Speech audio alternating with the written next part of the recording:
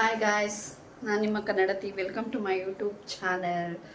ಇವತ್ತಿನ ಬ್ಲಾಗಲ್ಲಿ ನಿಮಗೆ ನುಗ್ಗೆ ಸೊಪ್ಪಿಂದ ಉಪ್ಸಾರು ಹೇಗೆ ಮಾಡೋದು, ಅದರಿಂದ ಏನೇನು ಪ್ರಯೋಜನ ಅಂತೆಲ್ಲ ಹೇಳ್ತೀನಿ. ನುಗ್ಗೆ ಸೊಪ್ಪಿಂದ ಬಹಳಷ್ಟು ಹೆಲ್ದಿ ಟಿಪ್ಸ್ ಇದೆ. ಅದನ್ನು ತಿನ್ನೋದ್ರಿಂದ ನಮಗೆ ಬೋನ್ ಸ್ಟ್ರೆಂತ್ ಆಗ್ಬೋದು, ಅಥವಾ ಶುಗರ್ ಪ್ರಾಬ್ಲಮ್ ಇರೋರಿಗಾಗ್ಬೋದು, ಎಲ್ಲ ಥರ BP ಈ ಥರ ಒಂದು ಪ್ರಾಬ್ಲಮ್ಸ್ ಇರೋರು ಜಾಸ್ತಿ ನುಗ್ಗೆ ಸೊಪ್ಪನ್ನು ತಿನ್ನೋದ್ರಿಂದ ಅದನ್ನೆಲ್ಲನೂ ಕಂಟ್ರೋಲ್ ಮಾಡೋಷ್ಟು ಕೆಪಾಸಿಟಿ ನುಗ್ಗೆ ಸೊಪ್ಪಿಗೆ ಇದೆ. ಹಾಗಾಗಿ ನುಗ್ಗೆ ಸೊಪ್ಪಿಂದ ಉಪ್ಸಾರು ಮಾಡಿ ತಿಂದರೆ ರುಚಿನೂ ಕೂಡ ತುಂಬ ಚೆನ್ನಾಗಿರುತ್ತೆ.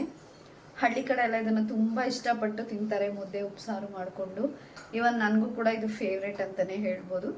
ಸೊ ಇವತ್ತು ಆ ಒಂದು ಫುಡ್ಡನ್ನ ಹೇಗೆ ಮಾಡೋದು ಅನ್ನೋ ರೆಸಿಪಿ ನಾನು ನಿಮಗೆ ತೋರಿಸ್ತೀನಿ, ಬನ್ನಿ ನನ್ನ ಜೊತೆ. ಈಗ ಇಲ್ಲಿ ಒಂದು ಪಾತ್ರೆಯಲ್ಲಿ ನಾನು ನೀರು ಇಟ್ಕೊಂಡಿದ್ದೀನಿ. ನೀರು ಚೆನ್ನಾಗಿ ಕುದಿಬೇಕು. ಕುದಿದ ಮೇಲೆ ಇಲ್ಲೇನು ತೊಗೊಂಡಿದ್ದೀನಿ, ಈ ಬೇಳೆನ ಹಾಕಬೇಕಾಗತ್ತೆ ಬೇಯೋದಕ್ಕೆ. ಸೊ ಬೇಳೆ ಬೇಯೋವರೆಗೂ ಹಾಗೆ ಅದನ್ನು ಬಿಟ್ಟು ಬೆಂದ ಮೇಲೆ ಸೊಪ್ಪನ್ನು ಹಾಕ್ಕೊಬೇಕಾಗತ್ತೆ, ನುಗ್ಗೆ ಸೊಪ್ಪು. ಈಗ ಇದಕ್ಕೆ ಸ್ವಲ್ಪ ಎಣ್ಣೆ ಹಾಕ್ಕೊತಿದ್ದೀನಿ. ಎಣ್ಣೆ ಹಾಕೋದ್ರಿಂದ ಉಪ್ಸಾರು ಗಟ್ಟಿ ಬರುತ್ತೆ ಮತ್ತು ಬೇಳೆ ಬೇಗ ಬೇಯುತ್ತೆ. ಅಡುಗೆ ಎಣ್ಣೆ ಅಥವಾ ಹರಳೆಣ್ಣೆ ಯಾವುದಾದ್ರೂ ಹಾಕ್ಕೊಬೋದು, 1 ಸ್ಪೂನ್. ಈಗ ಇದನ್ನಿಟ್ಟು ಇಲ್ಲಿ ಸ್ವಲ್ಪ ತೆಂಗಿನಕಾಯಿ ತೊಗೊಂಡಿದ್ದೀನಿ ಸೊಪ್ಪಿನ ಪಲ್ಯಕ್ಕೆ. ಇದನ್ನು ಪುಡಿ ಮಾಡ್ಕೊಬೇಕು, ಜಾರಿಗೆ ಹಾಕಿ ಚಿಕ್ಕದಾಗಿ ಕಟ್ ಮಾಡ್ಕೊಂಡಿದ್ದೀನಿ. ಈ ರೀತಿ ಪುಡಿ. ಈಗ ಹಾಕಿರೋ ಬೇಳೆ ಬೆಂದಿದೆ ಗೈಸ್, ನೋಡಿ ಈ ಥರ ಹೊಡ್ಕೊಂಡಿರಬೇಕು ಬೇಳೆ. ನೀರು ಅಷ್ಟೇ ತಿಕ್ಕಾಗಿದೆ, ನೋಡಿ ಎಷ್ಟು ಗಟ್ಟಿಯಾಗಿದೆ ನೀರು. ಬೇಳೆ ರಸ ಬಿಟ್ಕೊಂಡಿದೆ. ಈಗ ಇದಕ್ಕೆ ಇಲ್ಲಿ ತೆಗೆದಿಟ್ಟಿರೋಂಥ ಸೊಪ್ಪನ್ನು ತೊಳೆದು ಹಾಕಬೇಕು. ಸೊ ಗೈಸ್, ಈಗ ನಾನು ಸೊಪ್ಪನ್ನು ತೊಳ್ಕೊಂಡಿದ್ದೀನಿ. ಈಗ ಇದಕ್ಕೆ ಬೇಳೆ ಜೊತೆಗೆ ಆ ಸೊಪ್ಪನ್ನು ಹಾಕ್ಕೋಬೇಕು. ಎಷ್ಟು ಒಳ್ಳೆಯದಂದರೆ ಹೆಲ್ತಿಗೆ ಇದು ತುಂಬಾ ಒಳ್ಳೆಯದು.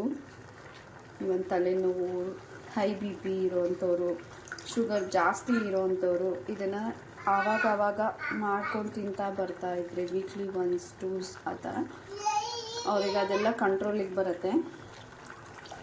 ಮತ್ತು ಬೋನ್ ಕೂಡ ಅಷ್ಟೇ ತುಂಬಾ ಸ್ಟ್ರಾಂಗ್ ಆಗುತ್ತೆ. ಈ ರೀತಿ ಒಂದು ಮೆಡಿಸಿನ್ ಅಂಶ ಇದರಿಂದ ಇನ್ನೂ ಬಹಳ ಉಪಯೋಗ ಇದೆ. ಸದ್ಯಕ್ಕೆ ನಾನು ತಿಳ್ಕೊಂಡಿರೋದು ಇಷ್ಟು ಮಾತ್ರ. ಸೊ ಉಪಯೋಗಿಸಿ, ಖಂಡಿತ ತುಂಬ ಒಳ್ಳೆಯದಾಗುತ್ತೆ ಇದರಿಂದ. ಸೊ ಈಗ ಹಾಕ್ಕೊಂಡಿದ್ದಾಯಿತು. ಇದನ್ನು ಬೇಳೆ ಜೊತೆಗೇ ಬೇಯಿಸ್ಕೊಬೇಕು. ಈ ರೀತಿ ತುಂಬಾ ಸಿಂಪಲ್ಲು, ತುಂಬಾ ರುಚಿ ಕೂಡ. ಒಂದು ಸಾರಿ ಮಾಡಿ ತಿಂದರೆ ನಿಮಗೆ ಮತ್ತೆ ತಿನ್ನಬೇಕಂತ ಆಸೆ ಆಗುತ್ತೆ, 100% ಶೋರ್. ನೋಡಿ ಈ ರೀತಿ. ಈಗ ಅದನ್ನು ಹಾಗೆ ಬೇಯೋದಕ್ಕೆ ಬಿಡಬೇಕು. ಈಗ ಇದಕ್ಕೆ ರುಚಿಗೆ ತಕ್ಕಷ್ಟು ಉಪ್ಪನ್ನು ಹಾಕ್ಕೊಬೇಕು ಗೈಸ್. ನಾನು ಯಾವಾಗಲೂ ಕೈ ಹಳ್ತೇನೆಲ್ಲ ಹಾಕ್ಕೊತೀನಿ. ನೀವು ನಿಮ್ಮ ರುಚಿ ತಕ್ಕಾಗೆ ನೋಡಿಕೊಂಡು ಹಾಕ್ಕೊಳ್ಳಿ ಉಪ್ಪು. ಇಷ್ಟೇ. ಈಗ ಉಪ್ಪಿನ ಜೊತೆಗೆ ಒಂದು 10 ನಿಮಿಷ ಆ ಸೊಪ್ಪು ಬೇಯೋ ತನಕ ಕಾಯಬೇಕು. ಈ ರೀತಿ ಮಿಕ್ಸ್ ಮಾಡಿ ಬಿಟ್ಬಿಡಿ ಅದನ್ನು ಬೇಯೋದಕ್ಕೆ. ನೋಡಿ ಬೇಯ್ತಾ ಇದೆ. ಈಗ ಇದು ಬೆಂದಿದೆ ಗೈಸ್, ನೋಡಿ ಎಷ್ಟು ಚೆನ್ನಾಗಾಗಿದೆ ಬೆಂದು ಸ್ಮೂತ್ಗೆ. ರಸ ಕೂಡ ಅಷ್ಟೇ, ನೋಡಿ ಎಷ್ಟು ಚೆನ್ನಾಗಾಗಿದೆ. ಈಗ ಇದನ್ನು ಆಫ್ ಮಾಡ್ಕೋಬೇಕು ಸ್ಟವು.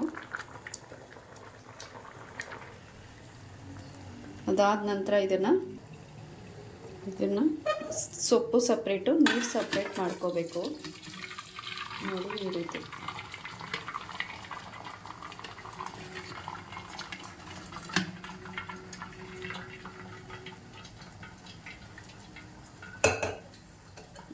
ಈ ರೀತಿ ನೀರನ್ನ ಸೋದಿಸ್ಕೊಬೇಕು. ನೋಡಿ ಇಲ್ಲಿ ಕೆಳಗಡೆ ನೀರು ಸೇವ್ ಆಗ್ತಾ ಇದೆ. ಇಲ್ಲಿ ಸೊಪ್ಪಿದೆ. ಈ ರೀತಿ ಸಪ್ರೇಟ್ ಮಾಡ್ಕೊಬೇಕು. ಯಾಕಂದರೆ ಸೊಪ್ಪಿನ ಪಲ್ಯ ಸಪ್ರೇಟಾಗಿ ಮಾಡ್ಕೋಬೇಕಲ್ಲ, ಹಾಗಾಗಿ ಇದನ್ನು ಈ ರೀತಿ ಮಾಡ್ಕೋಬೇಕು. ಗೈಸ್, ಉಪ್ಸಾರು ಏನೋ ರೆಡಿ ಆಯಿತು, ಆದರೆ ಅದಕ್ಕೆ ಖಾರ ಬೇಕಲ್ವಾ. ಸೊ ಖಾರ ಹೇಗೆ ರೆಡಿ ಮಾಡ್ಕೊಳ್ಳೋದು ಅನ್ನೋದನ್ನು ನಾನು ತೋರಿಸ್ತೀನಿ. ಇಲ್ಲಿ ನಾನು 8ರಿಂದ 10 ಮೆಣಸಿನ್ಕಾಯಿ ತೊಗೊಂಡಿದ್ದೀನಿ. ಹಸಿಮೆಣ್ಸಿನ್ಕಾಯಿ, ಒಣಗಿದ ಮೆಣಸಿನ್ಕಾಯಿ ಕೂಡ ತೊಗೊಬೋದು. ಹಸಿಮೆಣ್ಸಿನ್ಕಾಯಿ ಸೆಟ್ ಆಗಲ್ಲ ಅಂತ ಹೇಳೋರು. ಮತ್ತು ಇಲ್ಲಿ 1 ಸ್ಪೂನ್ ಜೀರಿಗೆ, ಹಾಗೆ ಮೆಣಸು 1 ಸ್ಪೂನ್ ತೊಗೊಂಡಿದ್ದೀನಿ. 1 ಎಸ್ಲು ಬೆಳ್ಳುಳ್ಳಿ ತೊಗೊಂಡಿದ್ದೀನಿ. ಹಾಗೆ ಒಂದು 4 ಕರಿಬೇವು ತೊಗೊಂಡಿದ್ದೀನಿ. ಇಲ್ಲಿ ಸ್ವಲ್ಪ ಹುಣಸೆ ಹಣ್ಣು ತೊಗೊಂಡಿದ್ದೀನಿ. ಇದಕ್ಕೆ ಸ್ವಲ್ಪ ಸಾಲ್ಟ್ ಹಾಕ್ಕೋಬೇಕು, ರುಚಿಗೆ ತಕ್ಕಷ್ಟು ಸಾಲ್ಟ್ ಆಮೇಲೆ ಹಾಕ್ಕೊಳ್ಳೋಣ. ಸದ್ಯಕ್ಕೆ ಇದನ್ನು ಸ್ವಲ್ಪ ಬಿಸಿ ಮಾಡ್ಕೋಬೇಕಾಗತ್ತೆ. ಒಂದು ಬಾಣಲೆ ತೊಗೊಂಡಿದ್ದೀನಿ, ಅದಕ್ಕೆ ಜೀರಿಗೆ ಮೆಣಸು ಎರಡನ್ನೂ ಹಾಕ್ಬಿಟ್ಟು ಒಣಗಿದ ಮೆಣಸಿನ್ಕಾಯಿ ಹಾಕ್ಕೊಂಡ್ರು ಕೂಡ ಚೆನ್ನಾಗಿರುತ್ತೆ. ಸೊ ನನಗೆ ಹಸಿ ಖಾರ ಇಷ್ಟ ಆಯಿತು, ಅದನ್ನು ಮಾಡ್ಕೊಂಡು ತಿನ್ಬೇಕನ್ನಿಸ್ತು, ಹಾಗಾಗಿ ನಾನು ಹಸಿ ಖಾರ ಮಾಡಿ ತೋರಿಸ್ತಾ ಇದ್ದೀನಿ. ನೋಡಿ, ಈ ರೀತಿ ಇದನ್ನು ಬೆಚ್ಚಗೆ ಮಾಡ್ಕೊಬೇಕು, ಘಮ ಬರೋವರೆಗೂ. ತುಂಬ ಚೆನ್ನಾಗಿರುತ್ತೆ ಇದು ಕಾಂಬಿನೇಷನ್ನು. ಕೊತ್ತಂಬರಿ ಸೊಪ್ಪು ಕೂಡ ಹಾಕ್ಕೊಬೇಕು. ಸಾರಿ, ಕೊತ್ತಂಬರಿ ಸೊಪ್ಪು ಖಾಲಿ ಆಗಿದೆ, ನಾನು ನೋಡ್ಕೊಳ್ಳಲಿಲ್ಲ, ಹಾಗಾಗಿ ಅದು ಒಂದು ಸ್ಕಿಪ್ ಆಗಿದೆ. ಸ್ವಲ್ಪ ಕೊತ್ತಂಬರಿ ಸೊಪ್ಪನ್ನು ಕೂಡ ಇದಕ್ಕೆ ಆ್ಯಡ್ ಮಾಡ್ಕೊಳ್ಳಿ, ಚೆನ್ನಾಗಿರುತ್ತೆ.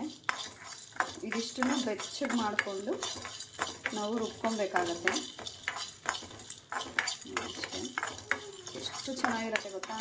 ಈ ಖಾರ ಮೀನ್ಸ್ ಅದು ಚಟ್ನಿ ಥರ ಇರುತ್ತೆ. ಇದನ್ನು ತುಪ್ಪ ಹಾಕ್ಕೊಂಡು ಬಿಸಿ ಅನ್ನಕ್ಕೂ ಹಾಕ್ಕೊಂಡು ತಿನ್ಬೋದು, ಚೆನ್ನಾಗಿರುತ್ತೆ. ಅಥವಾ ಬರೀ ಮುದ್ದೆಗೂ ತಿನ್ಬೋದು, ದೋಸೆಗೆ ಹಚ್ಕೊಂಡು ತಿನ್ಬೋದು, ಚೆನ್ನಾಗಿರುತ್ತೆ. ಈಗ ಇದು ಬಿಸಿಯಾಗಿದೆ, ಆಫ್ ಮಾಡ್ಕೊತೀನಿ. ಸೊ ಈ ಬೆಳ್ಳುಳ್ಳಿ, ಕರಿಬೇವು, ಹುಣಸೆಹಣ್ಣನ್ನು ಕೂಡ ಇದಕ್ಕೆ ಹಾಕ್ಕೊಬೇಕು. ಈಗ ಇದಿಷ್ಟನ್ನು ರುಬ್ಕೊಬೇಕಾಗತ್ತೆ ನೈಸಾಗಿ. ಇಷ್ಟೇ ಗೈಸ್. ಈಗ ಇದನ್ನು ಒಂದು ಜಾರಿಗೆ ಹಾಕ್ಕೊತಾ ಇದ್ದೀನಿ. ಇದನ್ನು ನೈಸಾಗಿ ರುಬ್ಕೊಬೇಕು. ಸ್ವಲ್ಪ ನೀರು ಹಾಕ್ಕೊಂಡು, ನೀರು ಜಾಸ್ತಿ ಹಾಕಬೇಡಿ, ಆಮೇಲೆ ಇಡೋಕ್ಕಾಗಲ್ಲ. ನೀರು ಹಾಕಿಲ್ಲ ಅಂದರೆ ನಾವು ಇದನ್ನೊಂದು ವಾರದ ತನಕ ಇಟ್ಕೊಂಡು ತಿನ್ಬೋದು ಹಸಿ ಖಾರ. ಅದೇ ಕೆಂಪು ಮೆಣಸಿನ್ಕಾಯಿ ಹಾಕಿದರೆ 1 ತಿಂಗಳ ತನಕನೂ ಕೂಡ ನಾವು ಇಟ್ಕೊಂಡು ಇದನ್ನು ಯೂಸ್ ಮಾಡ್ಬೋದು, ಚೆನ್ನಾಗಿರುತ್ತೆ. ನೋಡಿ, ಈ ರೀತಿ ನುಣ್ಣಗಾಗಿದೆ. ಈಗ ಇದಕ್ಕೆ ರುಚಿ ನೋಡಿಕೊಂಡು ಸ್ವಲ್ಪ ಉಪ್ಪು ಹಾಕ್ಕೊಡಿ. ಚಟ್ನಿಗೆಲ್ಲ ಹೇಗೆ ಹಾಕೋತೀರ ಅದೇ ಥರ ನೋಡಿ, ಸ್ವಲ್ಪ ಉಪ್ಪು ಹಾಕ್ಕೋತಾ ಇದ್ದೀನಿ. ಉಪ್ಪು ಹಾಕ್ಕೊಂಡು 1 ರೌಂಡ್ ಅದನ್ನು ಇದು ಮಾಡ್ಕೊಬೇಕು. ಇಷ್ಟೇ ಗೈಸ್. ನೋಡಿ, ಹಸಿ ಖಾರ ರೆಡಿ ಆಯಿತು. ಸಖತ್ ಘಮ ಘಮ ಅಂತ ಇರುತ್ತೆ, ತಿನ್ನೋದಕ್ಕೂ ತುಂಬ ರುಚಿಯಾಗಿರುತ್ತೆ. ನೋಡ್ಬೋದು ನೋಡಿ ಎಷ್ಟು ಚೆನ್ನಾಗಿದೆ. ಇದನ್ನು ಉಪ್ಪು ನೀರಲ್ಲಿ ಹಾಕ್ಕೊಂಡು ಮುದ್ದೆಗೆ ತಿನ್ನಬೇಕು. ನಾನು ತೋರಿಸ್ತೀನಿ ಹೇಗೆ ಅಂತ. ಈಗ ಸೊಪ್ಪನ್ನ ಒಗ್ಗರಣೆ ಮಾಡ್ಕೊಳ್ಳೋಣ. ಇದಕ್ಕೆ ನಾನು ಸ್ವಲ್ಪ 2 ರಿಂದ 3 ಸ್ಪೂನಷ್ಟು ಎಣ್ಣೆನ ಹಾಕ್ಕೊತಾ ಇದ್ದೀನಿ. ಈ ಎಣ್ಣೆ ಕಾದಿದ ನಂತರ ಸಾಸಿವೆ ಸ್ವಲ್ಪ ಹಾಕ್ಕೊಬೇಕು. ಸಾಸಿವೆ ಸ್ವಲ್ಪ ಚಿಟಪಟ ಅಂದಿದ ನಂತರ ಸ್ವಲ್ಪ ಕಡಲೆಬೇಳೆ ತೊಗೊಂಡಿದ್ದೀನಿ, ಕಡಲೆಬೇಳೆನೂ ಅದರಲ್ಲೇ ಹಾಕ್ಕೊತಾ ಇದ್ದೀನಿ. ಈಗ ಇದೆರಡನ್ನು ಸ್ವಲ್ಪ ಫ್ರೈ ಮಾಡ್ಕೋಬೇಕು.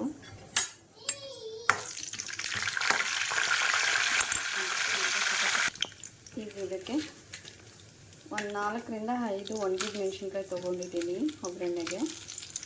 ಅದನ್ನು ಕೂಡ ಹೀಗೆ ಹಾಕ್ಕೊಂಡು ಸ್ವಲ್ಪ ಫ್ರೈ ಮಾಡ್ಕೊಳ್ಳಿ. ಸ್ವಲ್ಪ ಸಿಡಿತಿದೆ, ನೀರು ಬಿದ್ದುಬಿಟ್ಟಿದೆ. ಇದಾದಮೇಲೆ ಈರುಳ್ಳಿ ಹಾಕ್ಕೊಬೇಕು. ಈರುಳ್ಳಿ ಕೆಂಪಗಾಗೋವರೆಗೂ ನೀಟಾಗಿ ಫ್ರೈ ಮಾಡ್ಕೊಳ್ಳಿ. ಈ ರೀತಿ ಪಲ್ಯ ಎಷ್ಟು ಚೆನ್ನಾಗಿರುತ್ತೆ ಗೊತ್ತಾ? ಯೂಶಲಿ ನಮ್ಮನೆಯಲ್ಲಿ ದಿನಿಗೆ ಉಪ್ಸಾರು ಅಂದರೆ ಏನಂತಲೇ ಗೊತ್ತಿರಲಿಲ್ಲ ಗೈಸ್. ಸೊ ಅವನಿಗೆ ಮದುವೆ ಆದಮೇಲೆ ಮಾಡಿಕೊಟ್ಟು ಅಭ್ಯಾಸ ಮಾಡಿ ತಿಂದು ಇವಾಗ ಅವನಿಗೆ ಕೂಡ ಫೇವ್ರೇಟ್ ಫುಡ್ ಆಗಿಬಿಟ್ಟಿದೆ. ಅವನು ವಾರಕ್ಕೆ 1 ಸಾರಿ ಅದನ್ನು ಕೇಳ್ತಾನೆ, ಉಪ್ಸಾರು ಮುದ್ದೆ ಮಾಡ್ಕೊಂಡ್ಕೊಡು ಅಂತ ಹೇಳಿಬಿಟ್ಟು. ತುಂಬ ಇಷ್ಟಪಟ್ಟು ತಿಂತಾನೆ.